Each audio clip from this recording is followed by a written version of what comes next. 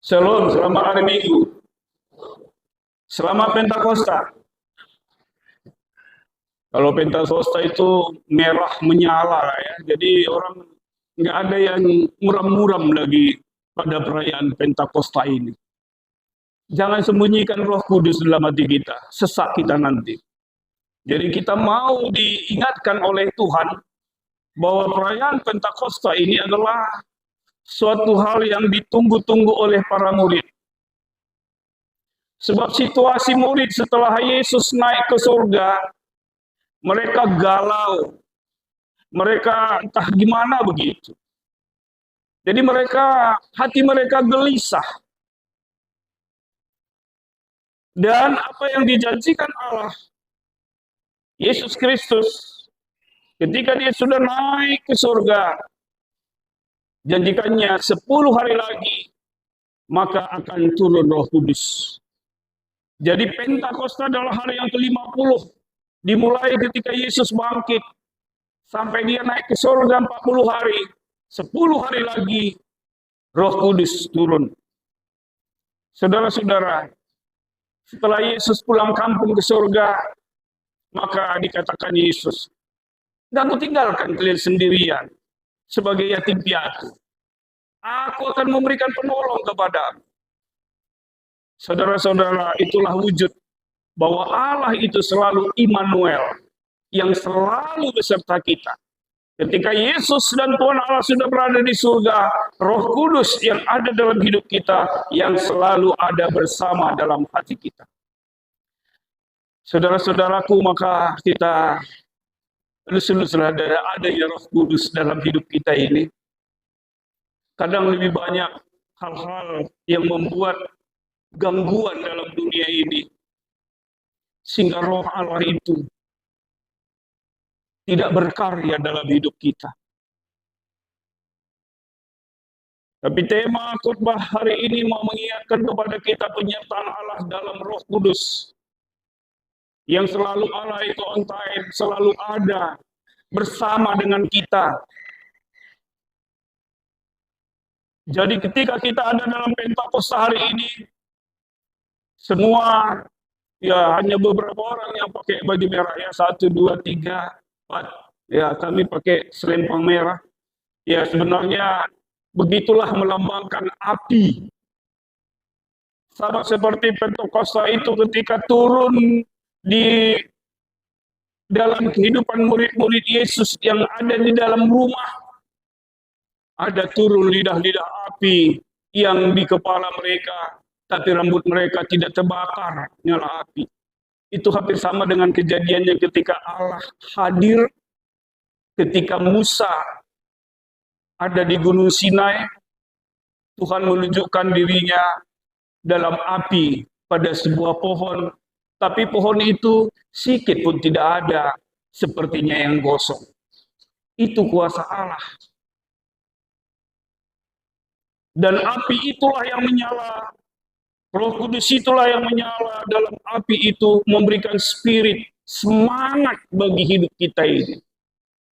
Karena itu jangan lesu, jangan loyo lagi, karena Roh Kudus ada dalam hidupmu. Semangatlah, yakinlah untuk mau menjalani kehidupan ini.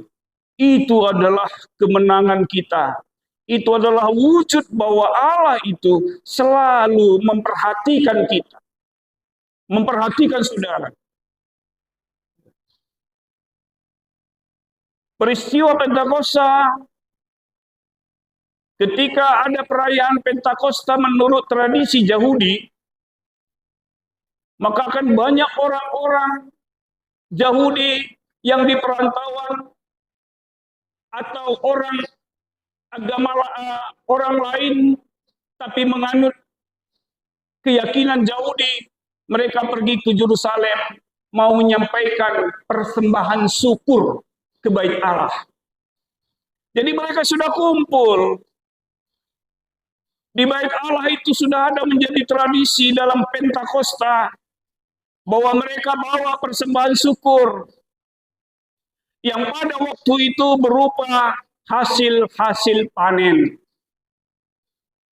Ada panen coklat, di bawahnya coklat. Ada panen kelapa sawit dibawa, tapi terlalu berat kelapa sawit dan duri ya. Ada panen pokat di bawahnya pokat. Hasil-hasil pertanian yang pada waktu itu, itulah sebagai korban persembahan syukur yang diberikan pada hari Pentakosta. Dan di saat ada umat semua orang meyakini tradisi Yahudi berada di bait Allah, mereka berkumpul dan bersukacita, memberikan sesuatu yang menggembirakan hati untuk Tuhan. Di dalam sebuah rumah, disitulah kumpul murid-murid ini. Turunlah Roh Kudus, menghampiri semua para murid, sehingga para murid itu mendapat suatu dorongan yang luar biasa, suatu semangat yang luar biasa. Mereka tidak ada lagi rasa takut, mereka tidak ada lagi rasa khawatir. Mereka akan melanjutkan yang ditugaskan Yesus, melaksanakan misi pekabaran Injil, menceritakan karya Allah kepada semua orang. Yang pada waktu itu dicatatkan dalam kitab Injil, mula-mula mereka menyampaikan di sekitar Yerusalem. Akhirnya berkembang sekitar Samaria dan di Judea.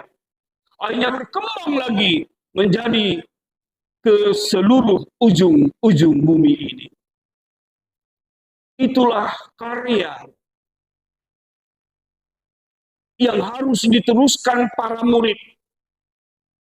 Mau menyampaikan pesan-pesan kebenaran, pesan perasaan kerajaan Allah, bahwa Yesus itulah juru selamat yang ditunggu manusia, itu harus disampaikan kepada semua makhluk. Saudara-saudara, akhirnya mereka keluar, para murid keluar dari rumah. Dan banyak orang berkumpul melihat keanehan yang terjadi.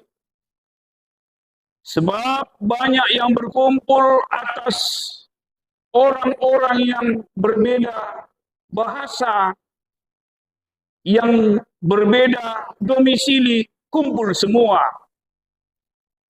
Akhirnya para murid menyampaikan pesan-pesan kerajaan Allah dalam bahasa yang mereka mengerti. Kalau ada Kinan di situ orang Batak, murid-murid Yesus ini pun berbahasa Batak juga. Kalau ada di situ orang Simalungun sama orang Karo, murid-murid ini pun bisa berbahasa Karo dan berbahasa Simalungun. Orang banyak heran, kenapa itu bisa terjadi? Ya karena Tuhan, karena Roh Kudus. Sebab mereka kenal, murid-murid Yesus ini semua orang Galilea. Orang Galilea itu semua adalah nelayan. Dari mana mereka belajar? Les bahasa. Saudara-saudara, itulah kekuatan dari Allah dalam Roh Kudus memampukan orang. Di dalam keterbatasan dan kelemahan manusia itu, Roh Kudus bisa memberikan sesuatu hal yang luar biasa. Saudara-saudaraku, karena itu perlu diingatkan, kuasa Roh Kudus bukan main-main. Ada sesuatu keyakinan yang luar biasa bagi kita untuk mencoba meyakini, dan pada pencurahan Roh Kudus ini kembali kita disegarkan. Saudara-saudaraku yang diberkati oleh Tuhan Yesus, perayaan Pentakosta oleh orang banyak dan turunnya Roh Kudus melalui para murid yang menceritakan berbagai macam hal-hal yang dilakukan oleh Tuhan Yesus bagi kehidupan manusia. Semua orang paham. Saudara-saudaraku, di dalam Roh Kudus juga itu mempersatukan kita dalam berbagai macam. Itu yang penting. Satu hal yang perlu diingatkan memang, Apa yang perlu diingatkan oleh Tuhan bagi kita? Kita sudah dipersatukan oleh Kristus. Dalam segala perbedaan kita, perbedaan status ekonomi, pekerjaan, dan sebagainya, dan sebagainya. Tuhan mau menginginkan kepada kita dalam keberbagian kita, yang rambut kita semua sama, tapi keinginan kita semua berbeda. Tuhan mau mengingatkan pada hari Pentakosta ini, kamu harus satu. Sebab Yesus mengatakan, karena aku dan Bapa adalah satu. Karena itu kamu juga harus membangun persatuan dan kesatuan itu. Itu satu hal yang diinginkan oleh Tuhan Yesus. Saudara-saudara, begitu rentannya kehidupan manusia, jangankan di gereja, di rumah kita pun sering kita nggak satu hati. Sering nggak satu hati. Selalu ada perbedaan pendapat. Selalu ada yang dipersoalkan. Apa nggak capek kita selalu bersoal? Nggak mau kita mengalah satu dengan yang lainnya. Itu masih di rumah. Sudah tidak ada lagi rasa kesatuan itu antara suami istri, apalagi dengan anak-anak, dengan orang tua, nggak ada lagi satu ide. Masing-masing bawa idenya. Di mana ketemunya? Karena itu kita punya Roh Kudus yang mau mengingatkan kita belajar mempersatukan. Kita belajar harus realistis untuk bisa menyatukan pendapat walaupun ada perbedaan-perbedaan, itu wajar. Supaya jangan ada gaduh. Supaya jangan ada perselisihan. Di gereja kita juga kadang-kadang begitu. Satu inginnya kita buat ini, satu inginnya buat ini, satu inginnya baju ini, satu inginnya warna ini. Saudara-saudara, tapi Tuhan mau meruntuhkan hal-hal itu. Egois kita mau dikalahkan oleh Roh Kudus itu. Yang mau membakar keegoisan kita, supaya kita belajar mau saling menerima. Mau saling mengampuni.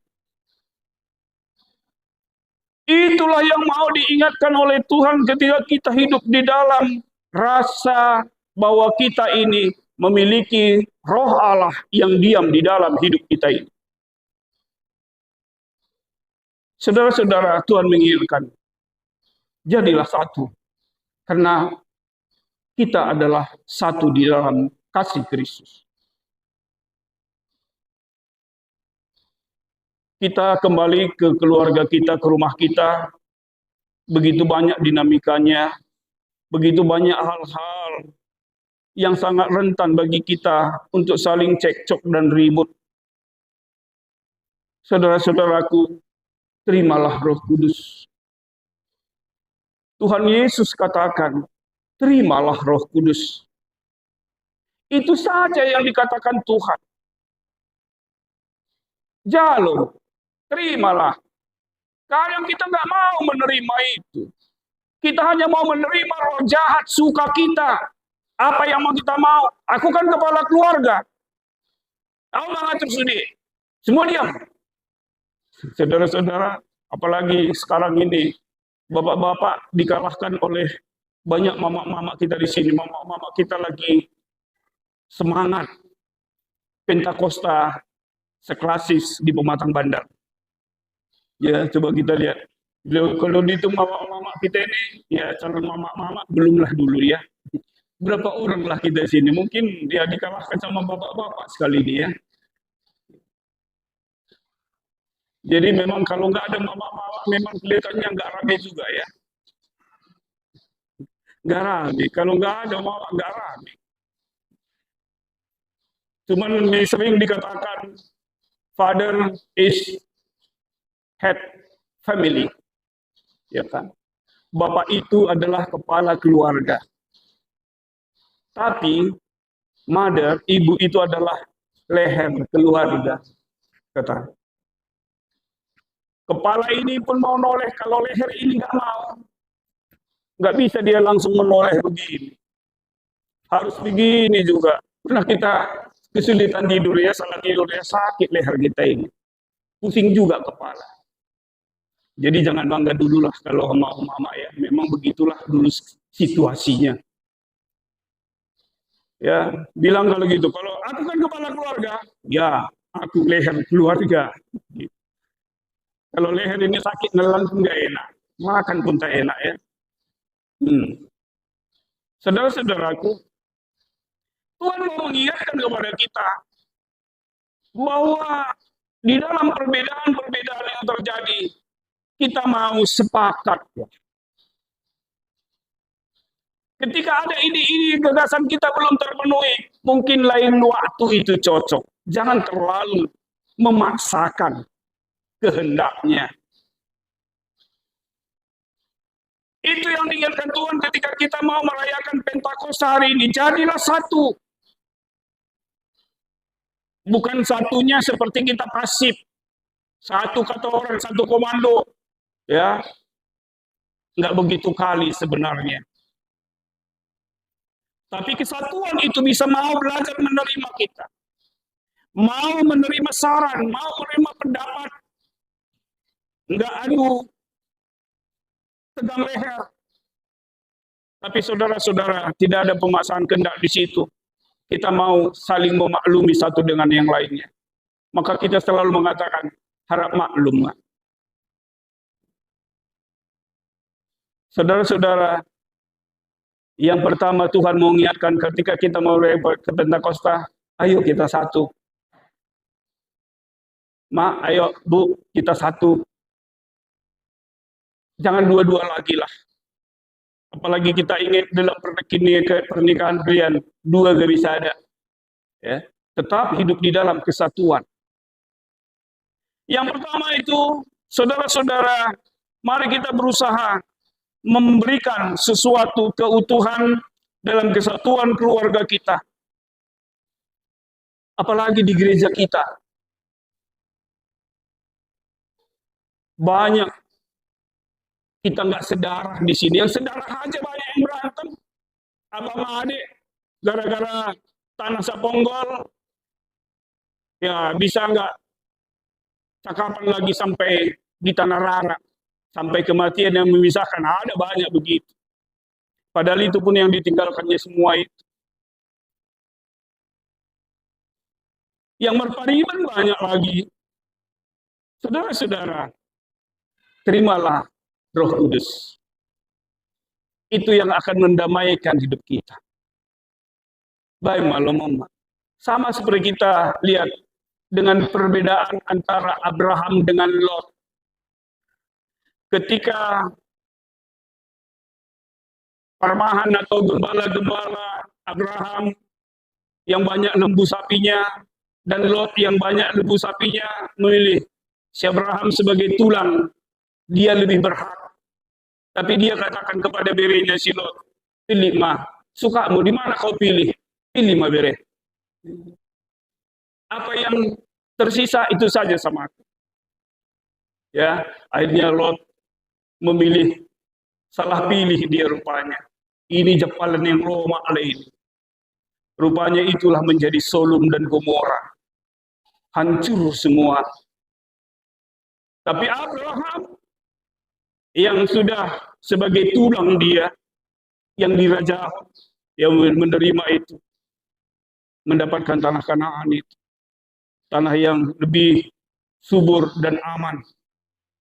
Saudara-saudara, itulah kalau memang mau kita memberikan sesuatu yang sepertinya merugikan kita, tapi ada keuntungan-keuntungan lain ketika kita mau mengalah. Saudara-saudara, terimalah Roh Kudus yang mempersatukan kita. Yang kedua, Tuhan mau mengingatkan kepada kita lewat pencerahan Roh Kudus ini. Salah satu poin dari 9 buah-buah roh adalah penguasaan diri. Tidak usah kita bahas semua waktu ini, masih ada waktu yang lain. Kasih sukacita, kesabaran, panjang sabar. Satu poin dalam pencur buah Roh Kudus ini saja mau kita pahami adalah yang terakhir, penguasaan diri.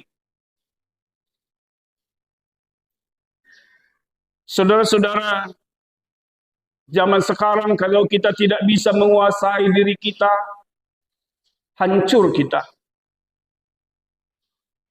Kalau mama sama bapak kita tidak ada menguasai dirinya, memuaskan semua keinginan belanjanya, banyaklah yang berhutang online, banyaklah berhutang kredit hanya untuk memuaskan hasrat belanjanya. Keinginan semua. Mau beli baju ini yang bagus, padahal cuma 2 kali pakainya. Penuh lemari kita 1 tahun. Keinginan untuk belanja. Sekarang mau diingatkan kita menguasai diri. Belilah sesuai dengan kebutuhan. Bukan keinginan. Kalau keinginan kita semua. Iblis menginginkan Yesus yang ada di atas gunung itu. Lihatlah semua ini akan kuberikan kepadamu. Sembah aku sekali saja. Ya saudara-saudara, siapa yang nggak ingin semua dunia ini jadi milik kita? Siapa yang nggak ingin? Siapa yang nggak ingin semua tanah yang ada di sekitar kita ini adalah milik kita? Kalau diberikan hanya untuk menyembah iblis 1 kali, saya yakin pasti ada itu. Kalau diberikan begitu, saya yakin pasti ada. Udahlah itu. Saudara-saudara, begitulah rusaknya dalam kondisi keinginan rumah tangga. Sehingga banyaklah manusia-manusia yang berhutang hari ini karena tidak bisa mengekang keinginan penguasaan diri itu. Ya maaf saja, ya untuk membeli baju pun harus dikredit uangnya. Membelikan perhiasan, kecuali kalau hutang-hutang untuk berusaha, memang itu harus dilakukan. Ini untuk gaya-gaya. Kita banyak sekali manusia ini rusak, hancur gara-gara gaya itu. Sehingga banyak harus yang lompat malam. Dan tidak akan pernah datang lagi. Karena banyak yang menunggu. Baru tangan. Saudara-saudara, belajarlah menguasai diri kita untuk tidak tidak silau melihat apa yang ada di dalam kehidupan kita. Kalau kami orang Karo selalu diingatkan oleh bulang-bulang kami, jaka si terjaka, ulai jaka sila terjaka, kata. Kalau bahasa banyak kira-kira apa itu? Ya. Jangkaulah yang bisa kamu jangkau. Milikilah apa yang bisa kamu miliki. Jangan terlalu banyak ambisi, keinginan. Saudara-saudara, itu bisa akan merusak kehidupan kita. Makanya kita mau diingatkan, terimalah Roh Kudus untuk bisa kita mengendalikan diri, menguasai diri kita ini. Saudara-saudara, begitu banyak sekarang hal-hal yang ditawarkan. Ada kredit murah, ada macam sekali semua. Gampang sekali. Kalau mau Anda kereta 800.000 sudah dapat. Anda akan dapat kereta baru sekarang. Saudara-saudara, apakah itu sesuai dengan kebutuhan kita? Yang ada pun masih bagus kok. Cuman karena manusia banyak dihancurkan oleh gaya hidup ini. Saudara-saudaraku yang diberkati oleh Allah. Kalau kita bisa menguasai diri, mari kita mau belajar tetap. Termasuk di dalam kehidupan kita, dalam berkeluarga, di dalam kehidupan pekerjaan kita, dalam kehidupan kita bermasyarakat. Saudara-saudara, pengendalian diri inilah kadang-kadang yang menghancurkan kehidupan kita. Kita hanya mau bawa sor kita sendiri, tapi padahal itu nggak pas bagi kita. Saudara, selalu diingatkan kepada kita, selalu diingatkan, marilah kita pakai yang pas bagi kita. Apa yang Tuhan inginkan bagi kita, dua hal itu tadi dalam Pentakosta. Dan itu pun sudah memberikan sesuatu hal yang luar biasa bagi kita. Tetaplah saudara bersatu dalam keluargamu, di dalam gerejamu, di dalam berbangsa dan bernegara ini, supaya jangan pecah Indonesia ini. Bersatu kita teguh. Itu yang mau diingatkan Tuhan bagi kita pada pencerahan Roh Kudus ini. Selanjutnya kita disadarkan bahwa sering kita diingatkan lewat kitab suci pun, kita ada juga yang menghujat Roh Kudus. Kalau menurut kitab suci, bahwa dosa yang tidak diampuni adalah yang menghujat Roh Kudus. Sabda Allah demikian. Sebab itu aku berkata kepadamu, segala dosa dan hujat manusia akan diampuni, tapi hujat terhadap Roh Kudus tidak akan diampuni. Apabila seorang mengucapkan sesuatu menentang anak manusia, ia akan diampuni. Tapi jika ia menentang Roh Kudus, ia tidak akan diampuni. Di dunia ini tidak, dan di dunia yang akan datang pun tidak. Saudara-saudaraku, kita banyak menerima kebaikan dari Tuhan. Dan kita sadar, ini semua adalah karunia kebaikan Tuhan. Tapi ketika ada suara hati kita yang menentang bahwa ini bukan semua karena dari Tuhan, gogok kudu sude, ini karena pengetahuanku. Tidak ada Tuhan dalam kehidupan kita. Tidak ada bantuan Roh Kudus dalam hidup ini. Itu kan semua kekayaan itu karena aku. Saudara-saudaraku, itu satu contoh bagaimana kita memersaukan parsoada, tidak mengakui keberadaan Tuhan dalam kehidupan kita, bahwa itu dosa yang tidak bisa diampuni. Saudara-saudara, lebih dalam nanti mungkin dalam PA, saudara boleh mendiskusikan lebih lanjut kepada itu tadi. Ini yang mau Tuhan inginkan bagi kita. Marilah kita mau menerima Roh Kudus. Mau kita dipimpin oleh Roh Kudus. Jangan mau dipimpin oleh roh jahat. Roh-roh dunia ini. Roh-roh materialisme, konsumerisme dan sebagainya. Terimalah roh Allah. Jalom atau di perbadia. Aloken kesah sibadia mengkuasai kegeluhunta. Mari kita mau menerima Roh Kudus itu. Diamlah di dalam hatiku Roh Kudus. Jangan kau pergi kemana-mana. Engkau selalu tuntun, pimpin jalan. Seperti nyanyian kita tadi. Kalau tidak ada Roh Kudus, jalan kita gelap. Kita tidak tahu berterima kasih. Kita tidak tahu untuk bisa melakukan apa yang baik dalam hidup kita. Sudah gelap mata kita itu. Tapi Roh Kudus menerangi hatimu, menerangi hatiku juga. Kalau kita mau terima Roh Kudus. Penyertaan Allah dalam Roh Kudus selalu ada di dalam hidupmu sepanjang zaman. Bayangkan, tidak lekang oleh waktu. Kasih Allah kepada kita sepanjang hidup kita, sepanjang zaman. Kasih suami istri kadang-kadang sepanjang jalan. Ya. Kasih istri si Pasaribu itu yang lagi viral sekarang yang di Jawa. Luar biasa. Jangan dibunuh, karena banyak orang, jangan dibunuhlah istrinya. Akhirnya dia sendiri yang bersandiwara, nangisnya, nangis sandiwara, nangis palsu semua. Kalau tidak cocok laki-laki, nggak usah dianiaya. Pulangkan saja dia sama ibunya. Ya, omanat tulang berumunoi sama jo. Udah selesai. Ngapain harus dia habisin? Repot. Kita lagi yang menyiksa. Anak kita lagi. Terimalah Roh Kudus. Supaya kita bisa mengekang keinginan-keinginan jahat dalam hati kita. Saudaraku, itulah yang dijanjikan Tuhan pada pencurahan Roh Kudus.